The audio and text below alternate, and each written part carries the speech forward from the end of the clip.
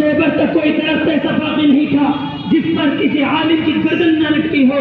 شاہی جامع مسجد کے اندر ان ظالم انگریزوں نے پھانسی کے پھندے بنائے جس میں ایک ایک دن میں 80 علماء کرام کو پھانسی دی جاتی تھی۔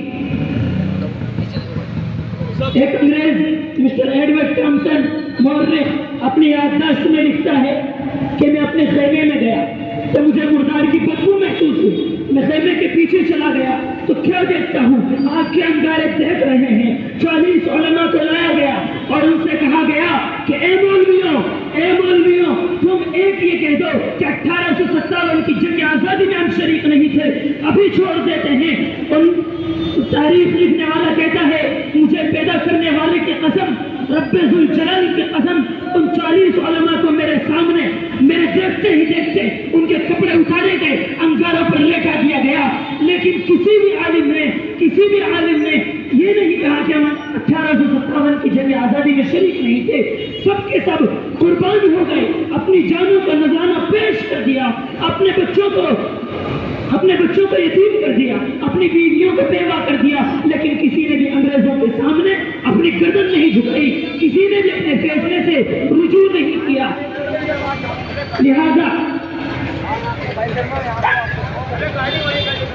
اگر ہم اتحاد سے اور یکتا سے کام لیتے ہیں یہ بہت بڑی طاقت ہے، اور کسی بھی وقت ملک پر حالات آنے والے ہوں تو ہم ان کو ٹال سکتے ہیں۔ لیکن اگر ہندوستانی آئین کو پامال کیا گیا کہ ہندوستان میں رہنے والوں پر ظلم و ستم کیا گیا کہ کسی بھی طریقے کی تفرقہ بازی کی گئی، تو پھر یاد رکھنا ہم کو نہ ستاؤ کہ گناہگار نہیں ہیں۔ یہ کس نے کہا تم سے کہ وفادار نہیں ہیں؟ جب دیش نے مانگا ہے لہو ہم نے دیا ہے، ہم فخر وطن ہیں کوئی غدار نہیں ہے۔ محترم و مکرم معزز سامعین، آج ہم سب کو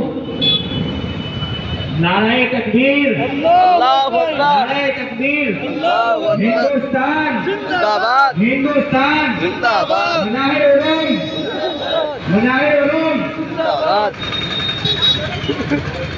اگر ہم ہمارے اسلاف کی، ہمارے اکابر کے اور بزرگوں کی تاریخ کو یاد کرتے رہے تو یقین جانیے کوئی کسی کی ماں نے وہ نہیں جنا جو ہندوستان کی طرف آنکھ اٹھا کر دیکھ سکے یا ہمارا کر سکے۔ لیکن اگر ہم نے ہمارے اسلاف کی تاریخ کو بھلا دیا اور ہمارے اسلاف کی تاریخ کو یاد نہیں رکھا اور ان کی دی ہوئی قربانی کو یاد نہیں